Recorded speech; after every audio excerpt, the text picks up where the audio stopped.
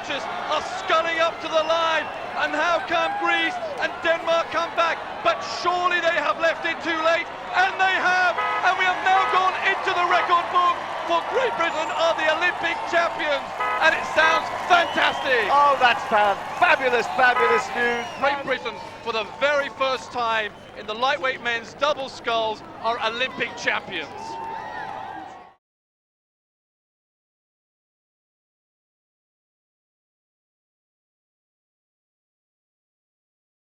We are Olympic champions. Winning an Olympic gold medal is every athlete's dream. It requires great personal sacrifice, thousands of kilometres of rowing and hours in the gym. Between us at Oarsport, we have over 200 years combined experience in our sport. This ranges from grassroots school and club rowing through to national representation, both as athletes and coaches from Henley to world and Olympic level. From the early 60s, we have seen, owned, made use of and abused most makes of rowing equipment. From all over the world, we have absorbed knowledge from the leading experts in rowing and other sports. With Zach and Mark's help, we will show you perfect technique and preparation. Now sit back and enjoy some of the fine technique and advice from Olympic champions.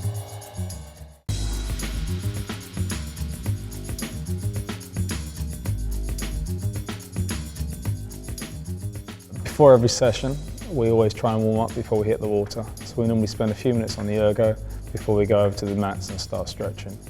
We normally build up from the back. Arms only, go. Body swing, go.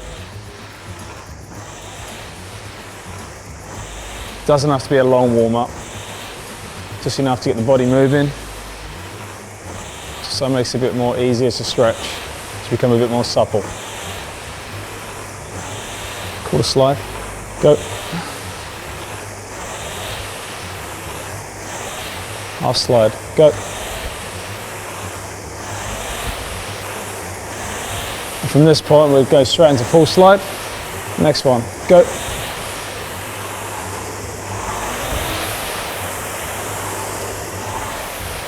So we're not thinking about working too hard here, we're just thinking about just warming up. Stand nice and loose.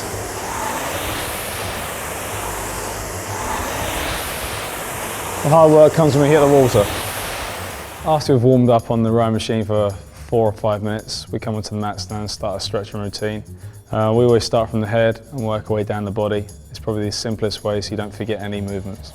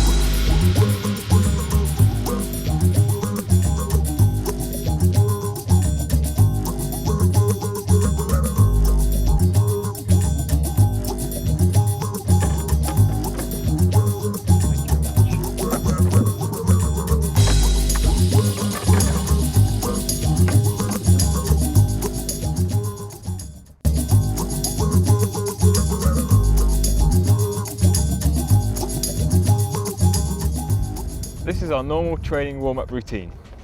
Come forwards. We're going to start by tapping at the front, just to make sure we're relaxed with the arms and shoulders. Ready, go. Just focusing on being loose at the elbows, keeping our bodies still. We're then going to move to the first few inches of the stroke, just to practice getting gripped up onto the water. 2, 1, go. We're working right out to the limits here, so this is quite a tricky technical exercise to do. Focusing on keeping all of the movement with the hips, pushing the toes, and combining this with the tapping exercise we did previously to this. We're then going to lengthen out to the first half of the slide,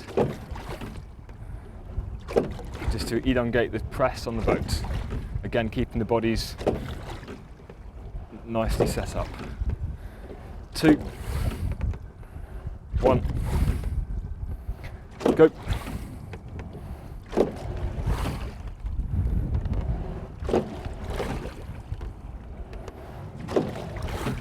As the boat speed begins to pick up, it's important to stay with the speed with the thumbs around the front, hands moving at the catch. Equally important to make sure and keep the control on the recovery and let the boat run in between each stroke.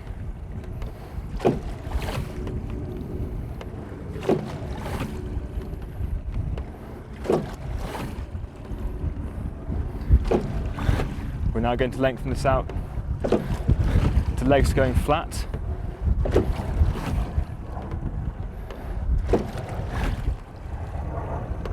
Two, 1, go.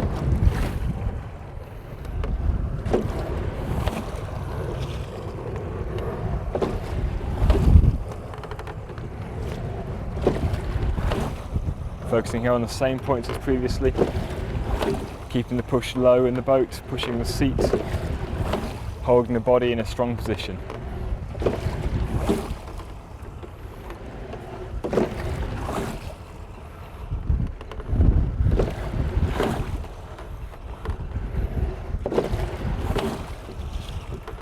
Really making sure that the legs are moving on their own without the bodies moving at all. We're now going to bring our bodies in. Next stroke. Go.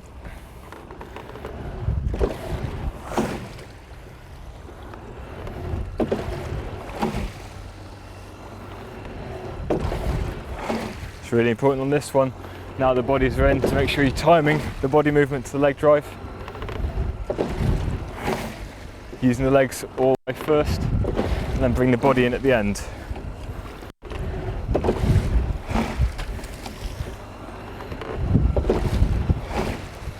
Because we haven't got the control with our hands that we'd have if we were rowing with a full stroke, the finishes can be quite messy. It's important to keep pushing on the boat so they're as clean as possible.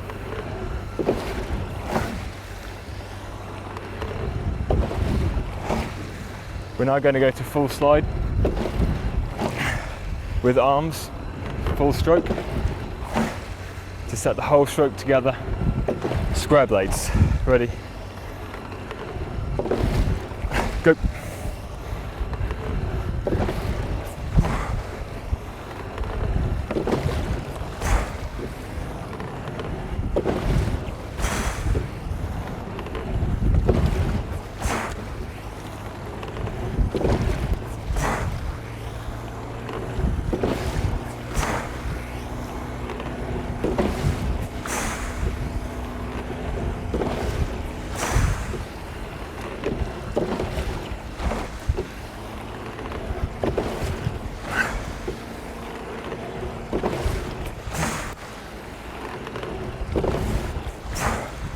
Now going to change to feather blades.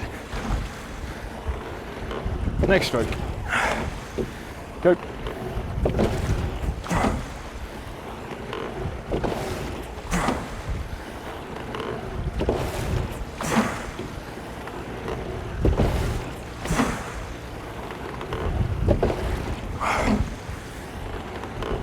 Ease it. And drop. That's the first half of the warm-up done. Now we'll show you what we do for the second half. We focused on the front, now we're focused on the finish and the second half of the stroke. So we're going to start off with using half of our arms in the backstop position. Ready, go. This is just to emphasise how still the body has to be at the finish, and also how much shape we need with the hands around the backstop.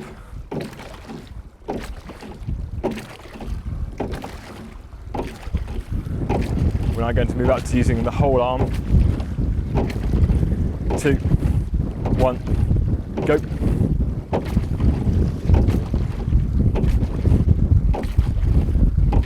It's really important to keep the press on the toes, keeping connected to the boat to make sure it's as stable as possible.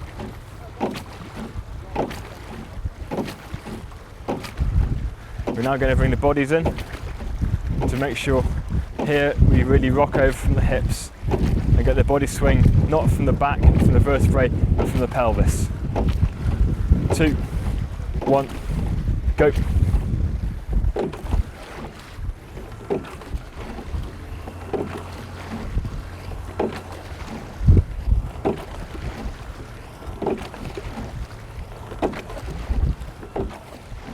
Now going to move out to quarter slide, where you start to think about timing the leg drive again to the body swing. Next stroke, go.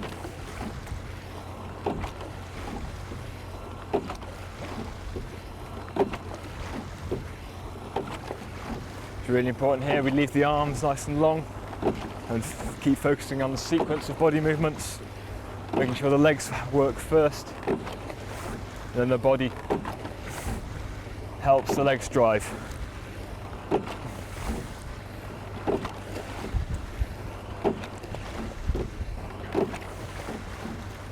We're now going to move out to half slide. Next stroke. Go.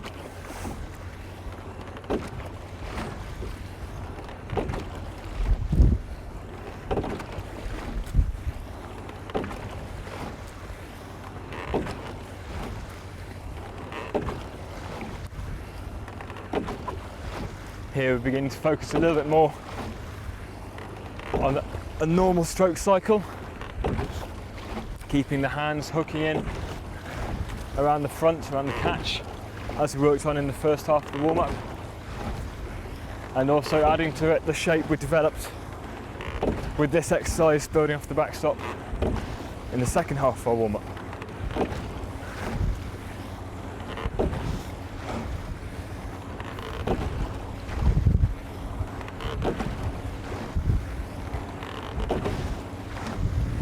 Now we're going to bring the whole lot together, go to full slide, square blades. Next stroke, go.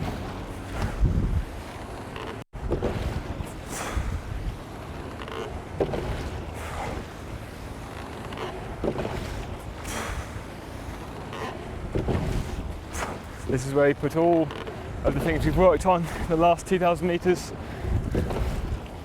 into practice together, thinking about the front, the catch, the hook up with the hands and the press with the feet, keeping the drive together, and at the backstop finish, think about the shape with the hands and the handles and how we rock off from the hips and the pelvis.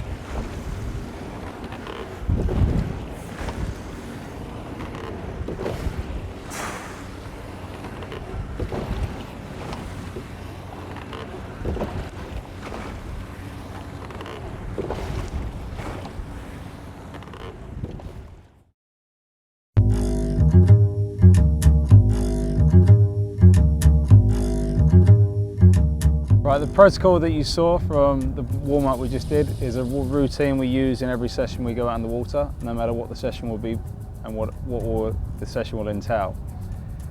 Now, if we were going to do a UT2 session or work session, we'd do that followed by at least a 3 or 4K warm-up. So the warm-up itself would take 5 kilometres before we went into a piece. But coming into racing, obviously you have to change your emphasis because you're going to be at full pelt. You're going to have starts and bursts involved. We'd always have 3 bursts over 15 strokes, 1 being under pace, 1 being on pace, and 1 being over pace. And that will be followed by 4 starts, 1 of 1 stroke, 1 of 3, 1 of 5, and 1 of 15. And then we're ready.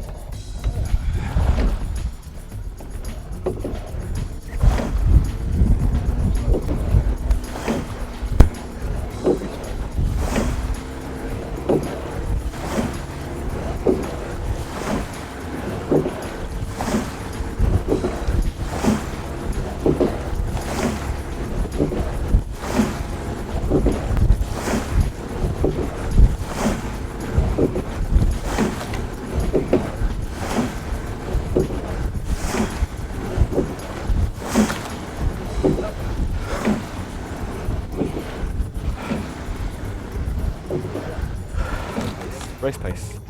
Ready, go.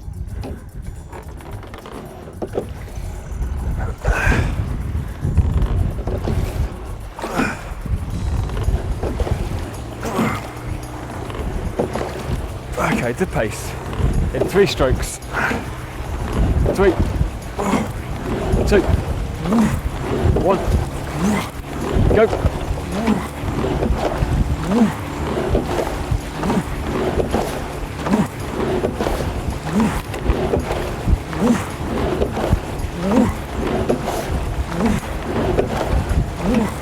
Down.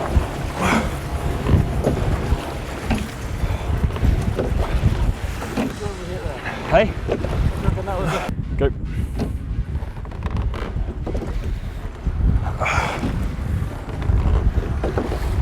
Okay. Burst at race pace plus. And 3 strokes. 3, 2, 1, go.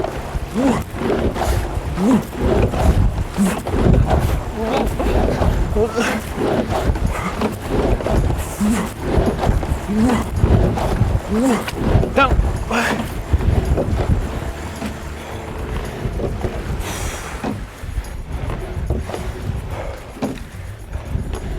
Use that. Drop. Attention. Go. Drop. Yeah, that's good attention. Go.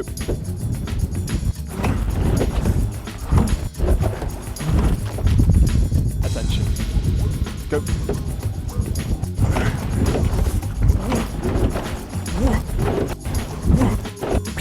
Now. Down. Just some technical points to make a note of. On the drive phase, the right hand leads in, with the left hand slightly over the right. The left hand leads out.